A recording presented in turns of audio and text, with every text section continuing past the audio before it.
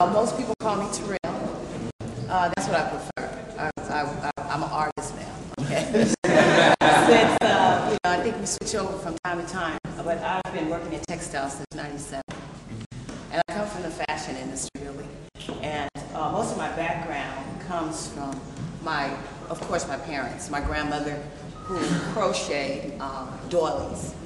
And some of you may have seen these pieces. They've become real frilly and they sit on the tables, and different ethnic backgrounds have done it, but it started in the 1700s actually. So what I'm going to do is I'm kind of take you on a little cruise here, okay, before we get to where we're at with this piece. And that is, that was a form of textile sculpturing during that time, but it was never recognized as textile sculpture. So looking at those beautiful crochet pieces, they would take them and dip them in starch and take them out, and as they cool at a certain temperature, you know, at least touchable where you can handle them, then they would start to separate the ruffles, and so it would set. The only thing was it couldn't be completely considered a sculptured piece because once the water hit it, it's over. Okay, so from growing up with my grandmother and watching her do that, little did I know that I was going to end up sculpturing. This is a free form piece here.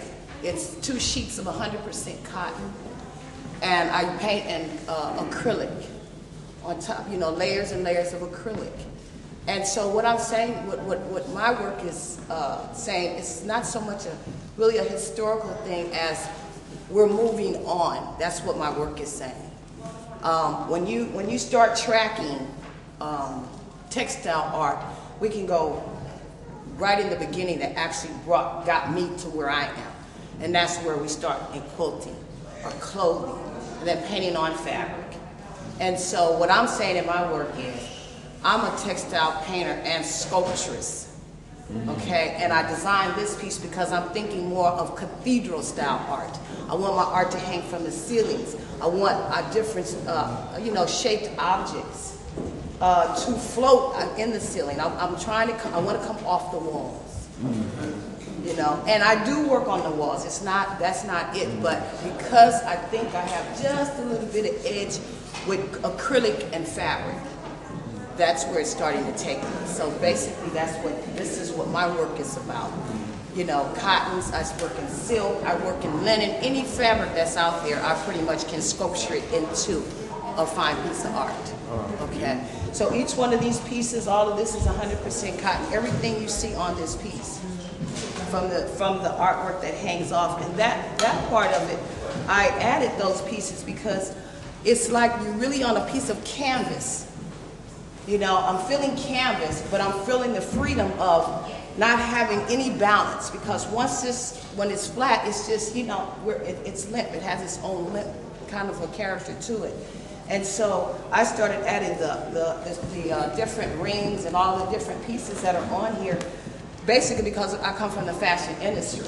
So I'm going to do a little bit of fashion for as far as the clothes and that kind of thing, so I'm throwing that in just like if it was some type of fringe.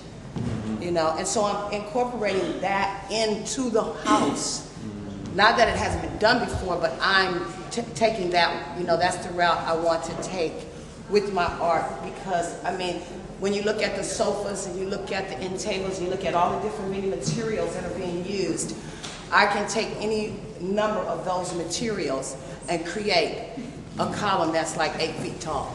Wow. And that's 100% cotton. And those pieces you can see at Roth and Johnson's gallery in Vallejo. Okay, so that's pretty much what's the name of what I'm doing. This piece is called Jazz.